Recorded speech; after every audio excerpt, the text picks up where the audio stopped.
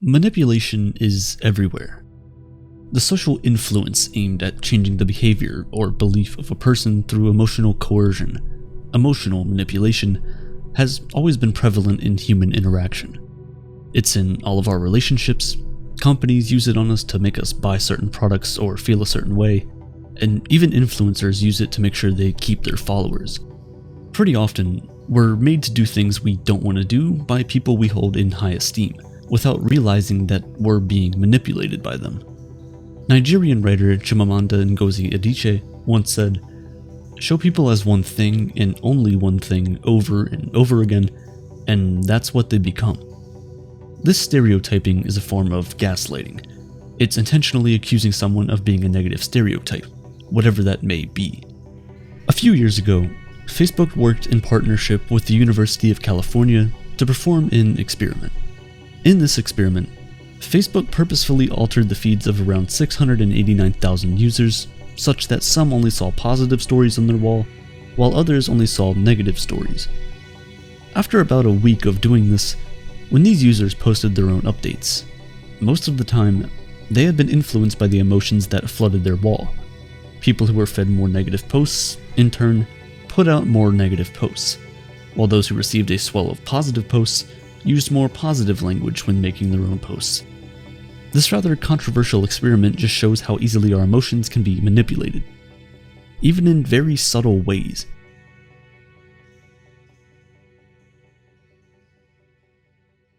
You know, something I've noticed is that people on Twitter are so angry compared to the people on other platforms. Well, maybe this is because negative topics are more triggering, and so they spark more debate than positive topics. These debates then flood the entire platform with negativity, which only continues to influence people to add more fuel to the fire. It's a sad reality that we live in that, before making a tweet, you have to read through it once, twice, and then prepare your apology, just in case. We might not know it, but in a way, we're in an abusive relationship with these platforms. Oftentimes, we can't express our views clearly, and we can easily be manipulated by the views of others. Gaslighting is one of the most popular techniques used by emotional manipulators. The term gaslight was first used in a 1938 play. In it, a husband manipulates his wife, convincing her that she has a mental illness and is hallucinating by dimming their gas-fueled lights. Today, the term gaslighting more widely refers to a form of psychological abuse, where the victim is made to seem crazy. The reality of the situation is turned on its head, so that the victims start to doubt their own logic and reasoning. The term has been popularized thanks to the internet. However, still not many people understand the concept of gaslighting and how deeply it can affect someone. Children who grew up in unstable homes where things such as abuse, alcoholism, and other issues are rife often experience gaslighting at such a young age. These kids go up to their parents to ask them what's going on after witnessing it with their own eyes. But the parents instead tell them that nothing of such is happening and it's all in their head. The parents might not be actively trying to gaslight their child. In fact, more often than not, they think they're protecting the child from the harsh realities that they're faced with. In truth, though, all that does is make the child question their own sanity and senses from such a young age. And so, they grow up not being able to trust their own judgment or even that of others because, well, what if they didn't actually see what they said they saw? Gaslighting doesn't only work in interpersonal relationships. It also works en masse, a phenomenon that some experts call structural gaslighting, convincing a large group of people that their realities are skewed or even flat out wrong. Things like racial and political gaslighting fall into this category. Adolf Hitler is regarded as one of history's greatest emotional manipulators. After the loss of World War I, the last thing the Germans wanted was another war. Everyone at the time believed that it would be another stupid venture that would cost them millions of lives and give nothing in return. Sounds like most wars. However, slowly but surely, Hitler, through his brilliant oratory and showmanship, was able to get the Germans on board. He convinced them that his plan was going to work, and as he took over Rhineland, Czechoslovakia, and Austria, the Germans started to believe. But before then, Hitler made sure that all the radios across Germany echoed that they didn't lose the First World War, but were in fact just tricked into surrendering. He blamed the loss on the Jews and said that they were responsible for the harsh reparations the Germans were now suffering after the war. He managed to convince most of the German population that Jews were evil, and eventually, Germans were either supportive of his movements or too afraid to speak up against him. Nazi Germany was able to emotionally manipulate its citizens thanks to his totalitarian philosophy. Everything was covered from art to music, economics, education, sports, workplace. Even in the schools, students were taught Nazi propaganda, such that they became Hitler's most loyal soldiers. If you've read the book 1984, you would recognize a lot of these themes, and this is one of the tactics emotional manipulators use. They say something to you over and over again until you start to doubt your own cognitive ability and believe them instead. This form of gaslighting is worse because it comes from people who hold power over society, and it doesn't end with gaslighting. It goes as far as preventing people from exercising their fundamental human rights. Sadly, it's not just politicians and leaders who manipulate us. Companies also manipulate us into buying things we don't need.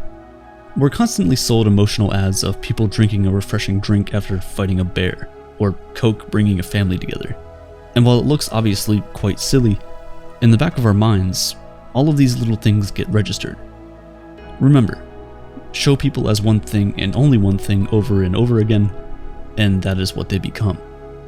These companies sell a narrative of their brand and products over and over again, such that before long, that's what they become. That's why you have people who are so attracted to brands that they're ready to defend whatever decision these companies make with their last breath. Although gaslighting is the most widely known emotional manipulation tactic, it's not the only one. Emotional manipulators would often say things like, "If you loved me, you would do this," trying to guilt trip you into doing things that you would otherwise not do. We see this most often in romantic relationships, where one party is trying to get something from the other that they're just not comfortable with, or in parent and child relationships, where the parent is trying to convince their child to go out of their way to do something for them. You'll hear stupid things like, "Well, if I didn't give birth to you, you wouldn't be able to make a living, would you?" Or, "I worked hard throughout your childhood to take care of you, so I deserve to be spoiled," even when the child, young or old, might not be in the best financial position. In a similar vein, emotional manipulators often use responsibility as a manipulation tactic. You'll hear things like, "Well, I already booked the reservations," or "It's your job to do this for me, I'm your partner." They try to trigger feelings of responsibility that would make it harder for you to say no to their request. When all of these don't work, emotional manipulators would resort to the most bare-bones tactics like lying, targeting your insecurities, and straight up threatening you with bodily harm to get you to do their bidding. If at this point in the video, you may have started to consider your relationship with someone, then there's a chance you could be in a manipulative relationship with said person. Do you feel like you're in a partnership with this person, or do you feel like you're walking on eggshells? Are both of you committing your fair share to making the friendship or relationship work, or do you feel like you're the only one putting in the effort? How often do they say, "I was wrong, I'm sorry"? Would they instead threaten you to leave if you point out their wrongdoing?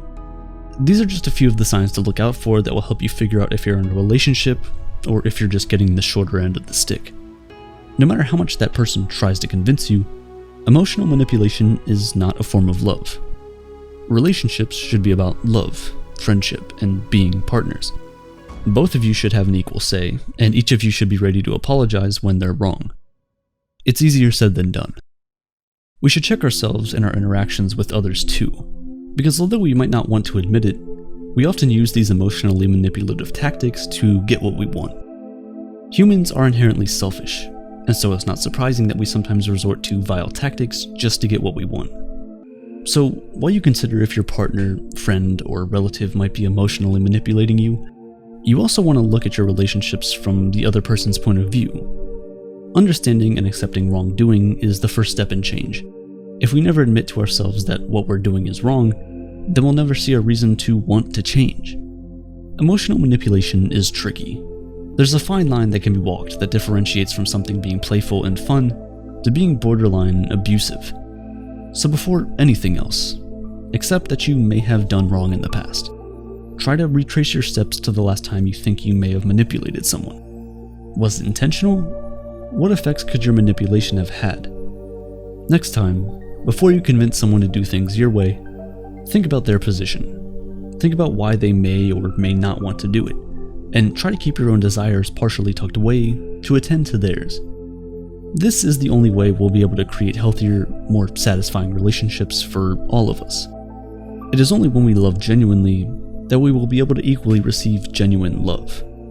You give some and you get some. From politicians to companies to our own relationships, we're all guilty of emotional manipulation. This entire video was just me manipulating you into, hopefully, becoming a better person. And for what it's worth, I hope it works.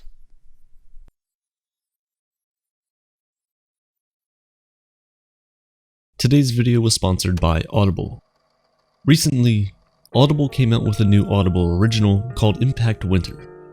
In the near future, a comet strikes the Earth and blots out the sun. And in our new sunless world, beastly creatures begin to emerge from the darkness, and they may just be vampires. From the executive producers of The Walking Dead and the writer of Pacific Rim, it's a nearly 5-hour-long original saga created exclusively for Audible. It's an all-new experience presented in immersive 3D audio. Throw on some earbuds and listen to the shocking story of two sisters, Darcy, a battle-tested vampire hunter trying to save the world, and Hope, someone who is just desperate for life to go back to normal. To hear how a brave few fight for their lives to survive the horrors of the Impact Winter, visit audible.com/impactwinter and start listening today. As always, you'll be enjoying yourself and supporting Aperture at the same time.